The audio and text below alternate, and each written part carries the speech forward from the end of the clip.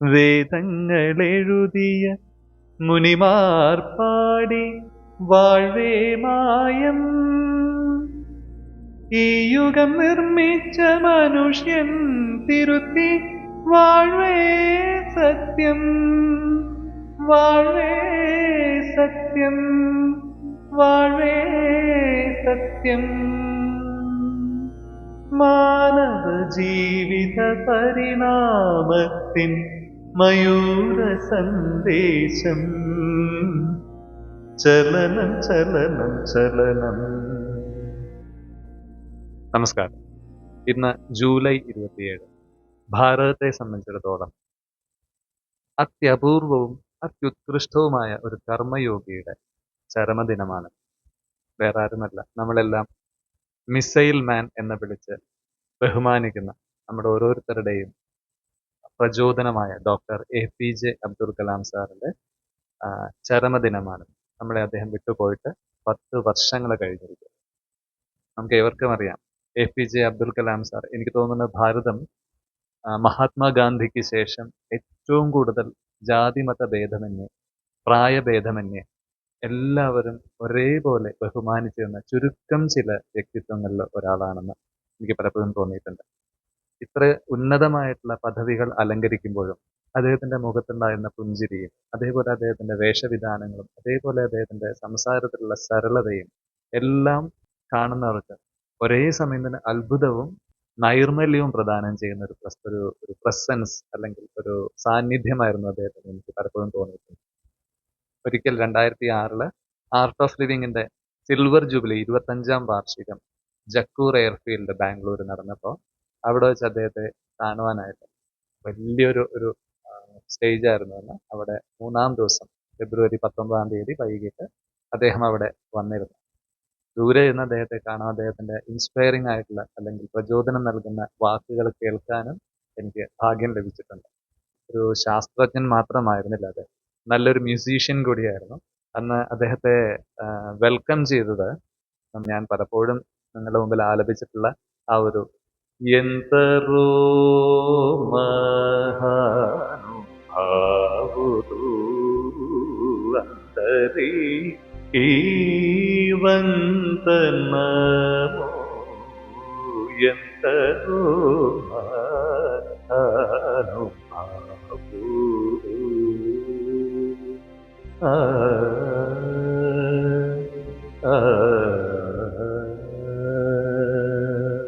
ഈ ഒരു പാട്ടിന്റെ വീണ, അതേപോലെ ഇൻസ്ട്രുമെന്റ്സ് വെച്ചൊരു വലിയൊരു കൺസെർട്ട് അവിടെ നടന്നിരുന്നു. ഏതാണ്ട് 10,000-4,000-ഓളം ആർട്ടിസ്റ്റുകളായിരുന്നു അന്ന് ആ സെലിബ്രേഷന് മുൻപിലുണ്ടായിരുന്നത്. ആ ഒരു വലിയൊരു സദസ്സിനെ അഭിസംബോധന ചെയ്തുകൊണ്ട് സംസാരിച്ച ആ ചെറിയ മനുഷ്യൻ ഭാരതത്തെ, പ്രത്യേകിച്ച് ഭാരതത്തെ ഇത്രയധികം കോരിത്തരിപ്പിച്ച ഒരു ശാസ്ത്രജ്ഞനും അതേപോലെ തന്നെ സംഗീതജ്ഞനുമായിട്ടൊരു ഋഷിവര്യൻ തന്നെയാണ് doctor APJ Abdul Kalam sir. അദ്ദേഹത്തിന്റെ കോൺട്രിബ്യൂഷൻസ് എന്തൊക്കെയെന്ന് ചോദിച്ചാൽ അനവധിയാണ്. അത് ഏറ്റവും ചുരുക്കം ചെറിയ ഭാഗങ്ങൾ നമുക്കൊന്ന് അതിൽ കൂടെ ഒന്ന് കണ്ണോടിച്ചു പോകാം. അദ്ദേഹത്തിന്റെ ജനനം ഒക്ടോബർ 15, 1931 രാമേശ്വരത്ത് വെച്ചിട്ടായിരുന്നു. മരണം നടന്നത് 2015 ജൂലൈ 27 ഷില്ലോങ്ങിൽ വെച്ചിട്ടായിരുന്നു. നമുക്കെല്ലാം ഓർമ്മയുണ്ടാവും. അത് ദേഹാസ്വസ്ഥത പ്രകടിപ്പിക്കുകയും നേരെ സംസാരിക്കുന്നതിനിടയിൽ തന്നെ അദ്ദേഹം ഒന്ന് താഴേക്ക് ഇരുന്നു. കുറച്ചുപേര് 2-3 ആൾക്കാർ ഒരുമിച്ച് പിടിച്ചെഴുന്നേൽപ്പിക്കുകയായിരുന്നു ചെയ്തത്.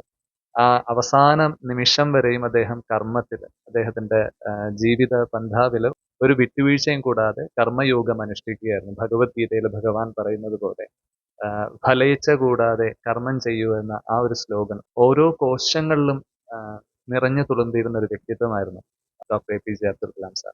അപ്പൊ അദ്ദേഹത്തിന്റെ മെയിൻ ആയിട്ടുള്ള കോൺട്രിബ്യൂഷൻസ്, ശാസ്ത്രജ്ഞൻ എന്ന രീതിയിൽ missile development and aerospace achievements, നമുക്ക് എല്ലാവർക്കും അറിയാം മിസൈൽ മെൻ എന്നാണ് അദ്ദേഹത്തെ നമ്മളെല്ലാവരും വിളിക്കുന്നത്, അല്ലെ? അപ്പോൾ DRDO, ISRO എന്ന ഡിപ്പാർട്ട്മെന്റ്സിലൊക്കെ വെഹിക്കിൾ ടെക്നോളജി പരിചയപ്പെടുത്താനും അതിനെ കൂടുതൽ ഉപയോഗിക്കാനും, അതേപോലെ ബാലിസ്റ്റിക് മിസൈൽസ് ആയിട്ടുള്ള അഗ്നി, പൃഥ്വി ഇങ്ങനെയുള്ള മിസൈൽസ് ഒക്കെ ഡെവലപ്പ് ചെയ്യുന്നതിന് ഏറ്റവും കീ നോട്ട്സുകൾ ഉണ്ടാക്കുന്നതിൽ അബ്ദുൽ കലാം സാർ ഉണ്ടായിരുന്നു.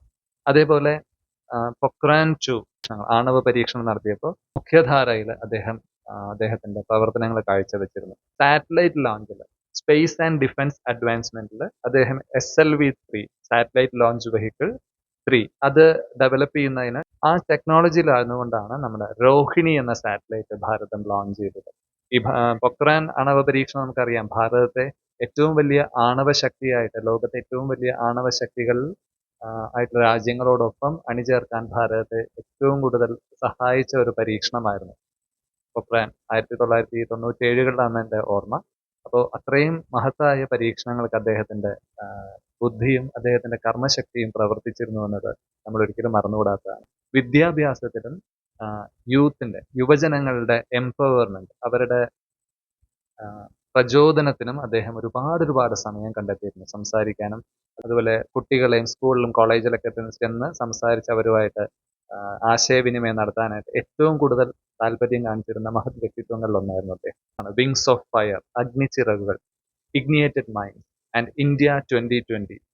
ഇനി അടുത്ത അദ്ദേഹം ഒരു രാഷ്ട്രസേവകൻ, ഒരു പ്രസിഡന്റ് എന്ന പേരിൽ 2002 മുതൽ 2007 വരെ 11ാമത്തെ പ്രസിഡന്റായിട്ട് അദ്ദേഹം അവരോധിക്കപ്പെട്ടു.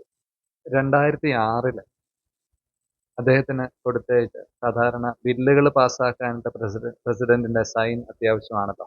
എപ്പോഴും president is A rubber stamp എന്ന് പറഞ്ഞ ഒരു പഴഞ്ചൊല്ല് തന്നെയുണ്ട്. ആ ഒരു കീഴ്വഴക്കത്തെ പൂർണ്ണമായിട്ടും തട്ടിക്കളഞ്ഞ ഒരു അതിശക്തനായ വ്യക്തിത്വം കൂടിയായിരുന്നു doctor APJ Abdul Kalam sir. ഇത്ര ഉന്നതമായിട്ടുള്ള പദവികൾ അലങ്കരിച്ചപ്പോഴും ഏറ്റവും ലളിതമായിട്ട് ആളുകളോട് സംസാരിക്കുക, ഏറ്റവും പുഞ്ചിരിയോടുകൂടി തന്നെ ഇൻസ്പയറിംഗ് ആയിട്ട്, പ്രത്യേകിച്ച് കുട്ടികളോട്. ഒരു വീഡിയോ തന്നെയുണ്ട്, നമ്മുടെ കേരളത്തിൽ വന്നപ്പോൾ ഏതൊരു കുട്ടി ഇംഗ്ലീഷിൽ സംസാരിക്കുന്ന ഇടയിൽ പെട്ടെന്ന് സംസാരിച്ചു വന്ന കാര്യങ്ങൾ വിട്ടുപോയി. അപ്പൊ അദ്ദേഹത്തിന് എന്ത് പറ്റിയെന്ന് ചോദിച്ചപ്പോ മലയാളത്തിൽ പറഞ്ഞോ എന്ന് പറഞ്ഞുകൊണ്ട് അദ്ദേഹം പറഞ്ഞ ഒരു വീഡിയോ വളരെ ലൈവ് ആൻഡ് ആയിട്ട് എപ്പോഴും ഓടുന്ന ഒരു ഇതാണ്. അപ്പൊ അത് കാണിക്കുന്നത് അദ്ദേഹത്തിന്റെ ലാളിത്യമാണ്, ഉന്നത ചിന്തകളും ലളിതമായ ജീവിത രീതിയുമാണ് ഒരു ഋഷിവര്യന്റെ ലക്ഷണം എന്ന് ഭാരതീയ ആധ്യാത്മിക ശാസ്ത്രങ്ങളൊക്കെ പറയാറുണ്ട്. അങ്ങനെ ആലോചിക്കുകയാണെങ്കിൽ ഇതേപോലൊരു ഋഷിവര്യൻ ഇനി ഉണ്ടാവുമോ എന്നുള്ളത് വലിയൊരു ചോദ്യമാണ്. 2006 silver jubilee celebration, art of living, ജീവനകലയുടെ സിൽവർ ജൂബിലി സെലിബ്രേഷൻസിന് വന്നപ്പോൾ അദ്ദേഹം സംസാരിച്ച കുറച്ച് കാര്യങ്ങളുണ്ടായിരുന്നു. Education with values, religion transforming into spirituality, economic development for all, education with human values, മാനുഷിക മൂല്യങ്ങൾ ഊന്നിയ വിദ്യാഭ്യാസം, ആത്മീയതയിലേക്ക് പടരുന്ന മതബോധം, അതുപോലെ എല്ലാവർക്കുമുള്ള സാമ്പത്തിക സാമൂഹികമായിട്ടുള്ള ഉന്നതികൾ. ഇത് മൂന്നിലും ഊന്നിക്കൊണ്ടായിരിക്കണം ഇനി ഭാരതം മുൻപോട്ട് പോകേണ്ടെന്ന് അദ്ദേഹം പറഞ്ഞിരുന്നു. നമ്മുടെ ചിന്തകൾക്ക്, ആശയങ്ങൾക്ക് അത്യസാധാരണമായിട്ടുള്ള ഒരു ലക്ഷ്യബോധം ഉണ്ടാവുകയാണെങ്കിൽ നമ്മുടെ മനസ്സും ബോധവും മറ്റൊരു തലത്തിലേക്ക് ഉയർത്തെഴുന്നേക്കപ്പെടുമെന്ന് അദ്ദേഹം പറഞ്ഞു. ഇതിനുശേഷം നമ്മുടെ എല്ലാവരും 25 ലക്ഷം വരുന്ന ആൾക്കാരെ കൊണ്ട് കുറച്ച് കാര്യങ്ങൾ ഏറ്റുചൊല്ലിച്ചുകൊണ്ടാണ് അദ്ദേഹം ആ സ്പീച്ച് അന്ന് നിർത്തിയത്. Where there is rightness in the heart, there is beauty in the character. When there is beauty in the character, there is harmony in the home. When there is harmony in the home, there is order in the nation. And when there is order in the nation, there is peace in the world. ഈ ഒരു ശകലം കൂടി സംസാരിച്ചുകൊണ്ട്, ഈ ഒരു ജ്ഞാനശകലം കൂടി സംസാരിച്ചുകൊണ്ടാണ് speech അദ്ദേഹം wind up ചെയ്തത്. This gathering of nearly million people, if you can have a mind of a scientist and a spiritual force, His Holiness Sri Sri Ravi Shankar Ji gives, then we have a beautiful world and happy world and prosperous world. അപ്പോൾ വീണ്ടും ഈ ഒരു മഹാനായിട്ടുള്ള ശാസ്ത്രജ്ഞനും കലാകാരനും അതേപോലെ സാഹിത്യത്തെയും സ്നേഹിച്ച അത്യപൂർവമായിട്ടുള്ള ഈ ഒരു ജന്മത്തിനെ നമുക്കെല്ലാവർക്കും ഹൃദയത്തിലേറ്റാം അദ്ദേഹത്തിന്റെ സ്വപ്നങ്ങളിലൂടെ. If you want to shine like a sun, burn like a sun. സൂര്യനെ പോലെ തിളങ്ങണമെങ്കിൽ ആദ്യം സൂര്യനെ പോലെ ജ്വലിക്കാൻ പഠിക്കൂ.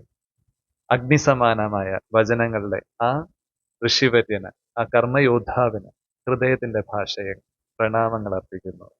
അദ്ദേഹത്തിന്റെ 10ാം ചരമവാർഷികമായിട്ടുള്ള ഈ ദിനത്തില് നമുക്ക് ഏവർക്കും ഹൃദയത്തിലേറ്റാം ആ ഉന്നതനായിട്ടുള്ള യോഗിവര്യന്റെ സ്വപ്നങ്ങൾ, അദ്ദേഹത്തിന്റെ സന്ദേശങ്ങൾ. അനില ചുംബിത തരുശാഖകളിൽ അരുണകരാങ്കുലികൾ